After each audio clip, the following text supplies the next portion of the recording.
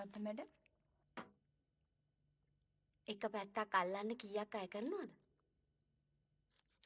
මට තේරෙන්නේ නැහැ මැඩම් මොනවද කතා කරන්න කියලා.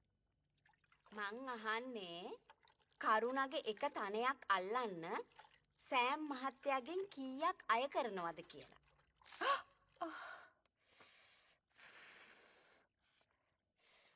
කපා ගත්ත නේද?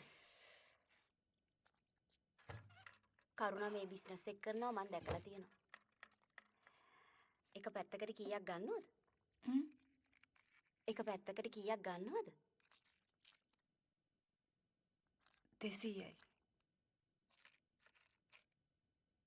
මං කීයක් ගන්නද? මැඩම් ඉතින් 500ක්වත් ගන්න. එකකට? එතකොට දෙකටම 1000යි. වැඩි නැද්ද? මැඩම්ගේ ඉතින් වැඩිය වටිනවනේ. ඇඟිලි දෙමා ගන්න එපා. මම කරුණයින්ට